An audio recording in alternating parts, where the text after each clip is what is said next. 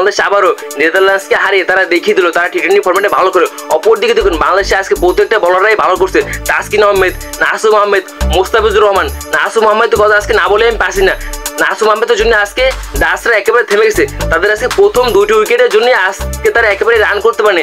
তাদের আজকে প্রথম ওভার করতে এসে নাসুম আহমেদ 2টি উইকেট পেয়েছে, তিনি একটুর জন্য হেট্রিকটা করতে পারেন। অপর দিকে দেখুন বাংলাদেশ আজকে দারুণ বল করছে। তাসকিন আহমেদকে সিরিজ দরকার, তিনি প্রথম ম্যাচে দারুণ বল করছে, তারপর সেকেন্ড ম্যাচে এসে দারুণ বল করছে। অপর দিকে দেখুন মোস্তাফিজুর রহমান, সাইফ হাসান, মাহাউদি তারা আজকে দারুণ বল করছে।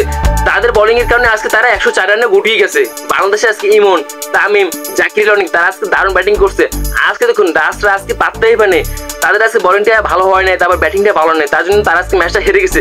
তাদের জন্য ভাই ব্যাড লাগ। তারা দেখুন পরবার 2টা ম্যাচ হেরে তারা আবার সিরিজ থেকে শিখে গেছে।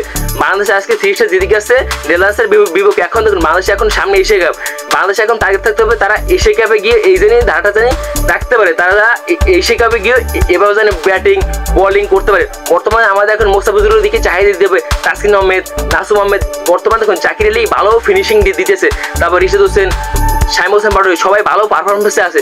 তারা যদি এই পারফরমেন্স যদি ধরে রাখতে পারে তাহলে তারা এশিয়া কাপে গিয়ে ভালো একটা কিছু করবে, এমনটাই আমার মনে হচ্ছে। আর আপনাদের কি মনে হচ্ছে কমেন্টে বলতে পারেন প্লিজ।